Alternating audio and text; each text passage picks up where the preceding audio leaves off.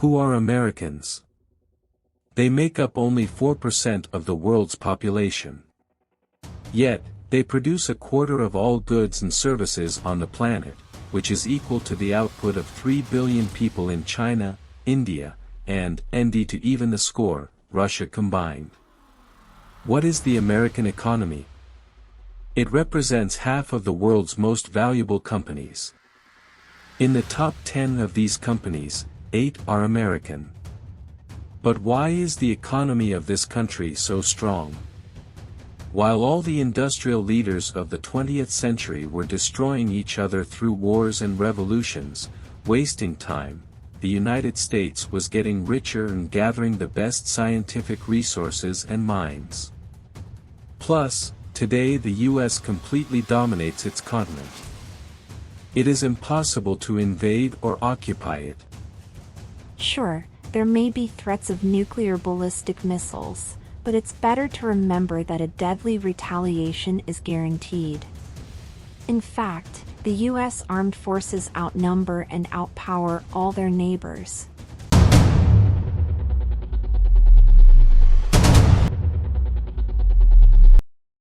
This means they have the freedom to control what? That significant portion of the pie called global trade, with the juiciest slice, 80% of it, being the goods transported by sea between nations. It has been the cheapest and fastest way to trade throughout human history. The only difference is that all previous centuries had the main trade routes crossing the Atlantic, which Europeans used to subjugate Africa, North and South America, and extract all their valuable resources. But something remarkable happened in the early 1970s. For the first time in history, as many goods started being transported across the Pacific Ocean as the Atlantic. And now let's take a close look at the map. Whose geography has an unobstructed view of 2 oceans, without obstacles or competitors? What did Americans do to gain control over them? And why haven't there been any objective reasons to overthrow the hegemony in the 21st century yet? At the beginning of the 20th century, the United States surged ahead of the rest of the world. The country experienced an industrial boom, with factories, railroads, cars, and steamships being built. However, most of this development took place on the East Coast. And which is the most populous state in the US today, where the main technological and economic activities are happening? Correct, California, with Silicon Valley in San Francisco and the Dream Factory in Los Angeles. But all of this is on the West Coast. Now look at how sparsely populated those lands were compared to the East Coast at the beginning of the 20th century. And how many people live there now? From today's perspective, it's easy to conclude that the US understands the importance of developing its own West and has been quite successful in doing so. But then there's a problem. To transport goods from New York to San Francisco, the cheapest way by sea, one needs to sail 22,500 kilometers through all of South America and back, a distance that could be covered twice to England in the same time. Unless you encounter an iceberg, of course. And for the rest of the world, it's more convenient to trade with China and Japan, which are closer to Europe. In general, something needs to be done about this lengthy route. And here comes an illustrative story of how the United States defends its national interests. Please note that during that time, they were engaged in a war with the crumbling Spanish Empire and rolled over it, taking Cuba, the Philippines, Guam, and Puerto Rico for themselves. They overthrew the government in Hawaii and claimed the islands in eastern Samoa. They acquired many new territories, scattered over tens of thousands of kilometers.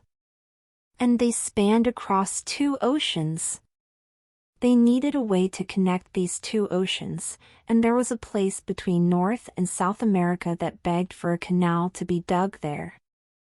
There was a proposed option in Nicaragua, but it was rejected as too expensive. Plus, there was the fear of a volcano eruption that could jeopardize the entire project. The narrow strip of Panama remained, where they planned to build the Panama Canal. Today, it is a crucial location for international trade traffic, but back in the early 20th century, none of that existed. There was Colombia, which controlled Panama, and there were Panamanians who desired independence, as well as Americans who desperately needed to build a canal to develop their west coast, safeguard their new Pacific possessions, and simultaneously control trade while swiftly moving their military ships. What happened next? American warships sailed to the shores of Panama. On November 4, 1903, an uprising breaks out there. The U.S. Navy blockaded Colombian forces to prevent them from suppressing the uprising, and just 2 days later, on November 6, the United States recognized the independence of the new state of Panama. 12 days later, a treaty was signed between the two countries, granting the United States the right to station its armed forces on Panamanian territory indefinitely, build the Panama Canal there, and exercise control over it. For this unique historical opportunity, they paid a mere $10 million plus $250,000 annually for rent. Throughout the 20th century, there would be uprisings, and Americans would attempt to suppress them. Finally, on December 31, 1999, the United States relinquished control of the Panama Canal to Panama itself. And how did this canal change international trade? Remember, we mentioned that from ports in the Far East, such as Shanghai or Yokohama, it was closer to Europe, even to London, for example. Now, new trade routes are being established, making it much closer to trade through New York. But most importantly, Americans gained the ability to rapidly move their military fleet from one ocean to another and concentrate it off the coast of any country they wished to influence. In the 21st century, maritime corridors like the Panama Canal, the Suez Canal, or the Bosporus Strait are the main assets countries fight for in order to control the most important maritime trade routes on Earth and, consequently, the flow of money. Remember the fuss caused by the container ship Ever Given, that ran aground in the Suez Canal for a week, creating a major traffic jam and costing global trade $10 billion per day. By the way, the owners of the ship will only have to pay $900 million, so to speak, for parking in the wrong place. Why are we so fixated on the history of the Panama Canal? Well, the main proponent of this Panamanian adventure from the American side was President Theodore Roosevelt, who around the same time famously said, "Speak softly and carry a big stick, and you will go far." The United States went further than anyone else with that big stick. It was Roosevelt who openly stated the principle that the U.S. essentially lives by to this day. If any military conflicts arise in the world, at that time in Latin America, the United States could use its military power to quell them. Where do these capabilities and appetites come from? Well, because at that time, there are no competitors around. Essentially, if you look at it, by the mid-19th century, the U.S. military already dominates North America, and the only troublesome southern neighbor is Mexico. In 1846, a war breaks out between the two countries, and in less than 2 years, the American army crushes the Mexican army and, attention, takes half of Mexican territory for itself. California, Nevada, Utah, New Mexico, Texas, all of these were part of Mexico at that time, and to give you an idea, these territories are roughly the size of all Western Europe, from Poland to Portugal, and the US takes them for itself. Well, not for free, of course. Mexico will receive compensation of $15 million, which is cheaper, so to speak, than Alaska. And pay attention to the sequence. In 1850, the U.S. dominates North America. Around 1900, just 50 years later, they are calling the shots throughout the entire Western Hemisphere, with the so-called Roosevelt corollary, interfering wherever they want. And another 50 years later, immediately after World War II, the American Navy operates all over the planet.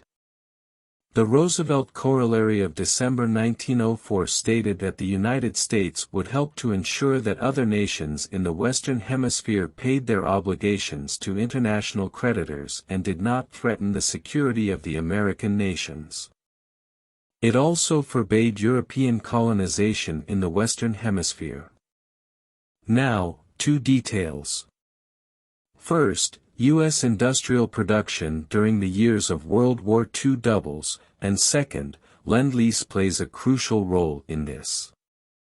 It's a term that's relevant again today, usually discussed in the following context. During World War II, Americans assist the Soviet Union by supplying food and weapons to fight against Germany, and payment can be made later. Today, the U.S. includes Ukraine in the concept of Lend-Lease.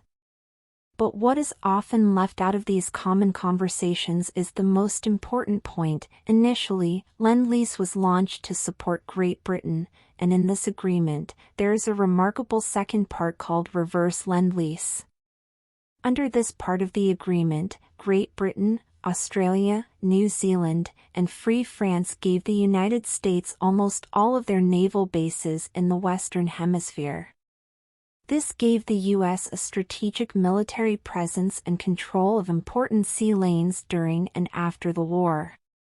In essence, at that time, the United States gains control over the North Atlantic, and in the second half of the 20th century, the United States has no equal and no obstacles.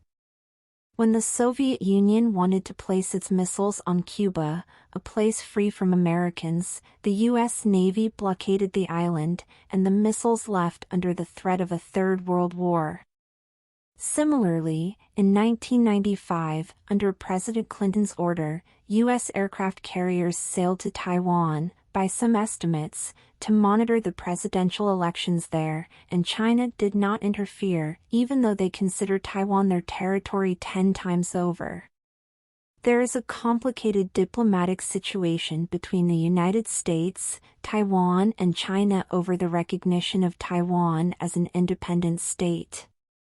The deployment of U.S. aircraft carriers near Taiwan has caused tensions and protests from China. But let's put it this way, force won't make people love you.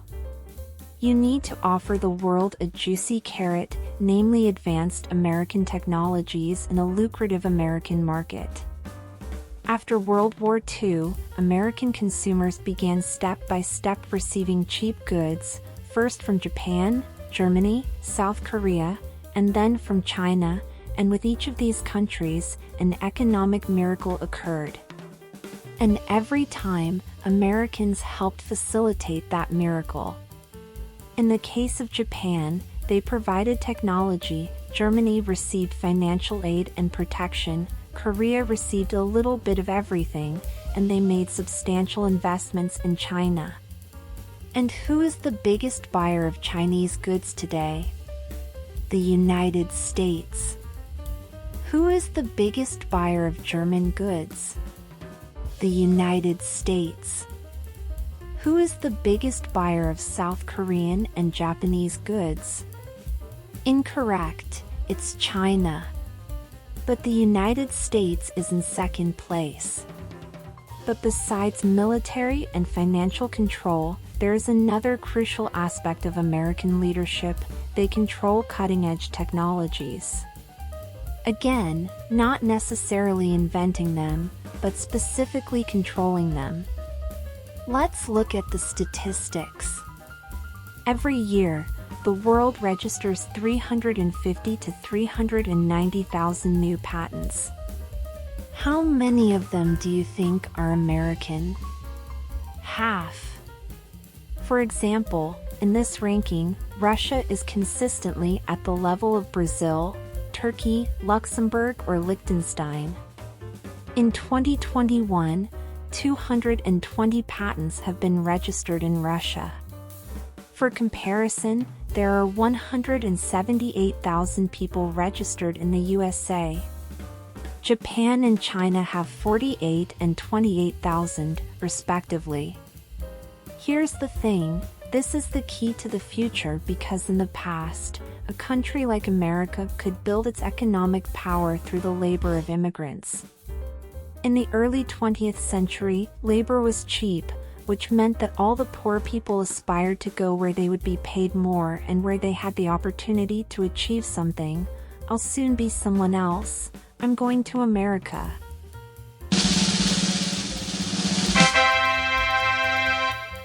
Today, the dynamics with immigrants work differently. First and foremost, we need people who develop new technologies that can increase productivity and, most importantly, solve the problem of labor shortages in the future. Despite the global population reaching 8 billion this year, birth rates continue to decline in developed countries. In the future, whether in the United States, Japan, or even Russia, half of the population will be retirees, and the other half will be those who work for them. It won't be possible to replicate the early 20th century model of bringing everyone from rural areas to work on construction sites and factories, and here's your economic growth, because the nature of factories has changed. The factories now look not like this, but like this. It's no longer the same as before. Now, someone needs to develop and service those robots, and for the United States, this is a very advantageous situation. They have all the financial capabilities, as we discussed earlier, to attract the best minds on the planet. Alternatively, they educate them, as the United States remains the most popular and attractive country for international students. What's also important is that Americans have been extracting commercial benefits from inventions for centuries. The scheme is usually the same. There is always a team of scientists at universities or individual inventors who develop new projects or ideas, and scientists always know that funding for research will be available. Inventors understand that if they come up with something truly useful, no one will take it away or squander it, and they can sell their patents and make money. Here are some specific examples from different eras. Scientist Mark Rybert, with his team of researchers at the Massachusetts Institute of Technology, developed jumping and walking robots in the 1980s. Farmers from the state of Wisconsin patented photographic film at the end of the 19th century. What happens next? In America, there will always be buyers. It could be the military. If they are interested in a development, they pour in huge amounts of money. For example, Mark Rybert received funding from the Defense Advanced Research Projects Agency, DARPA, to develop a military pack robot. The result is Boston Dynamics, famous for their robotic dog, a successful business, and worldwide recognition. If the buyers are not military, then entrepreneurs come into play. For instance, entrepreneur George Eastman bought the patent from the unknown farmers in Wisconsin and created the Kodak Company, flooding the world with affordable film cameras. This scheme works in all times. Now, let's look at what happened with computers.